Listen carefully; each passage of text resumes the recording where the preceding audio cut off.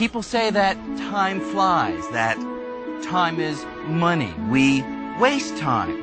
We kill time. We try to save time. But what do we really know about time? Well, like this river, time seems to flow endlessly from one moment to the next. And the flow of time seems to always be in one direction, toward the future. But that may not be right. Discoveries over the last century have shown that much of what we think about time may be nothing more than an illusion. Contrary to everyday experience, time may not flow at all. Our past may not be gone. Our future may already exist. It turns out, time itself can speed up or slow down. And events that we think can unfold in only one direction can also unfold in reverse. But how could this be? How could we be so wrong about something so familiar? And if time isn't what we all think it is, then what is it? Did it have a beginning? Will it have an end? Where did it come from? Most people view time in a pretty simple, straightforward way. Time ticks the same for everyone, everywhere. It's a common sense picture established by the father of modern science, Isaac Newton. Time for Isaac Newton is something that is an immutable property of the universe. Time always changes at the same rate. Time just goes along, and there's really nothing we can do about it. Sensible as Newton's picture of time may seem, Einstein realized it wasn't right. He discovered that time could run at different rates. Strange as it sounds, this means that time for me may not be the same as time for you. Einstein's discovery smashed Newton's conception of reality. Einstein came to this shocking revelation by uncovering a hidden connection between space and time. With the discovery of this unexpected link between space and time, Einstein realized that the two could no longer be thought of as separate things. Instead, space and time are fused together in what came to be called space-time. In our day-to-day lives, we experience time as a continuous flow.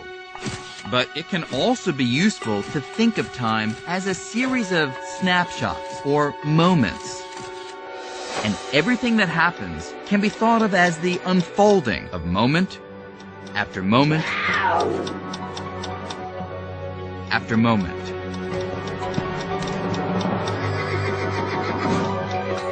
And if we picture all moments or snapshots lined up, every moment here on Earth, every moment of Earth orbiting the Sun, and every moment throughout the entire universe, we would see every event that has ever happened or will ever happen. Every location in space and each and every moment in time.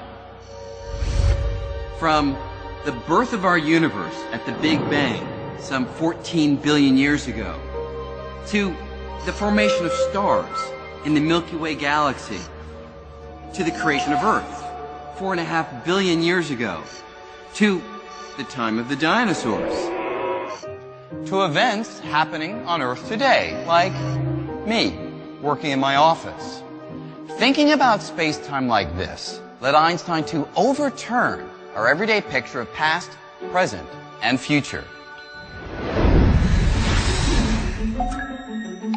To get a feel for this, you have to think about the seemingly simple concept of now.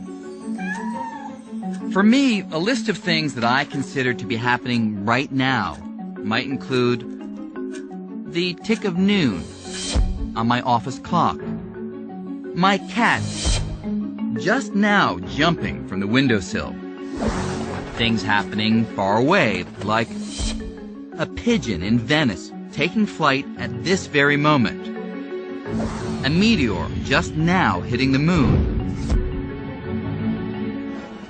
and the explosion of a star at the far reaches of the universe.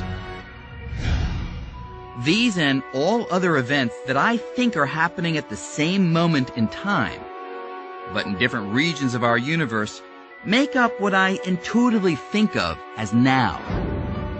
You can picture them as lying on a single slice of space-time. Let's call it a now slice.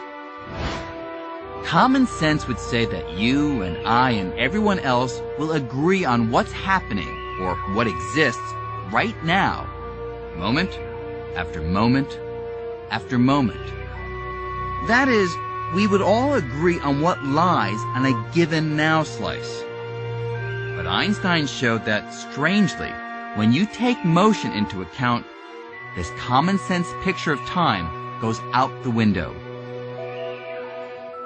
You see what I mean? Think of space-time as a loaf of bread.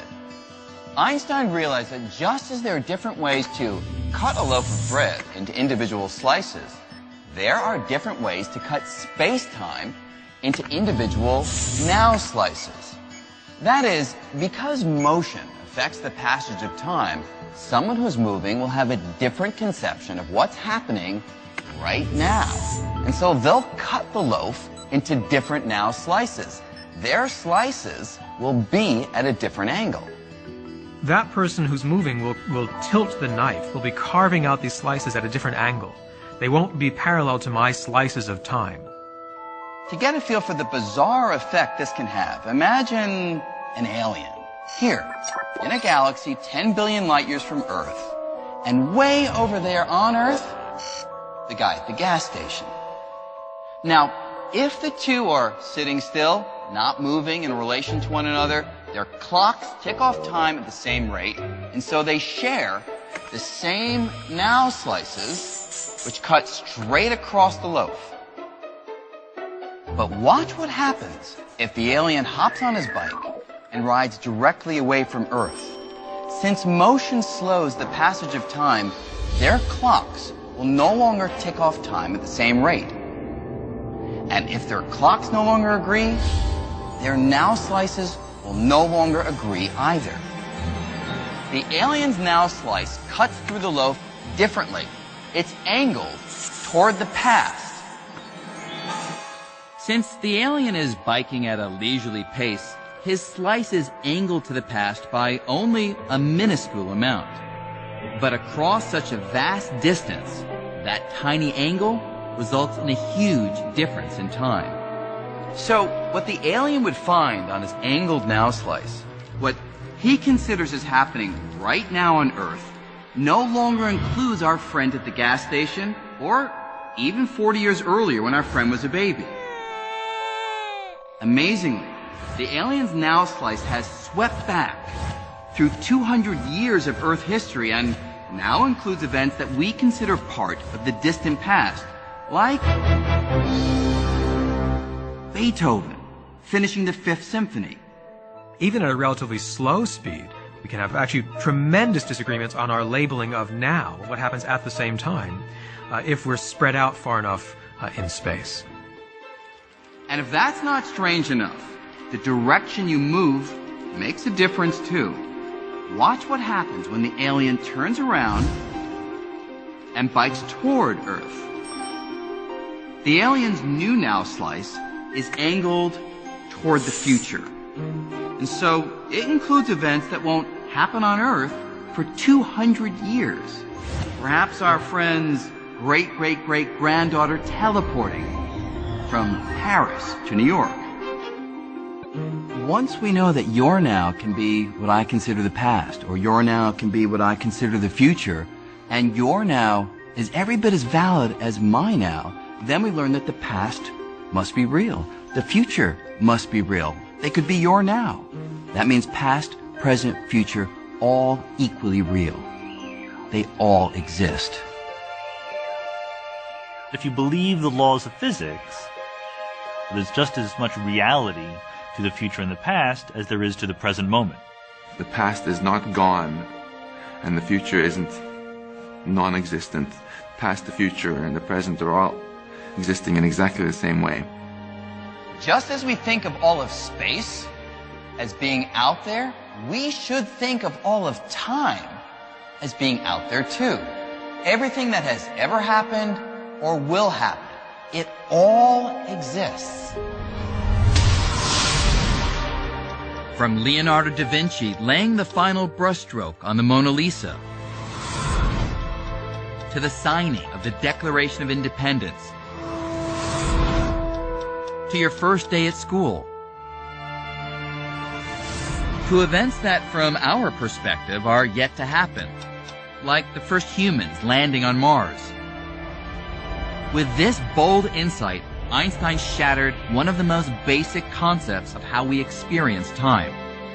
The distinction between past, present, and future, he once said, is only an illusion, however persistent.